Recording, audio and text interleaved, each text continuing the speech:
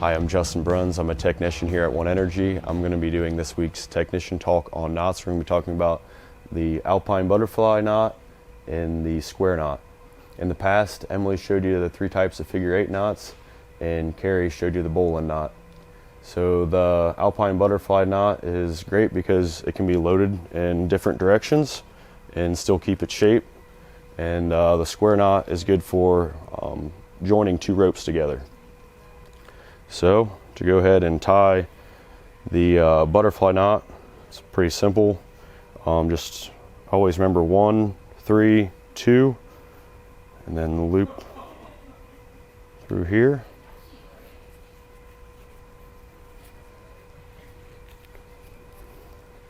And pull.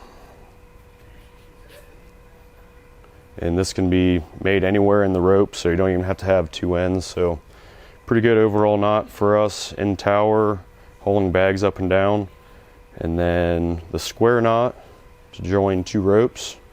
Just going to go ahead and bring left over and then the right over, pull, and we have our 2 ropes joined.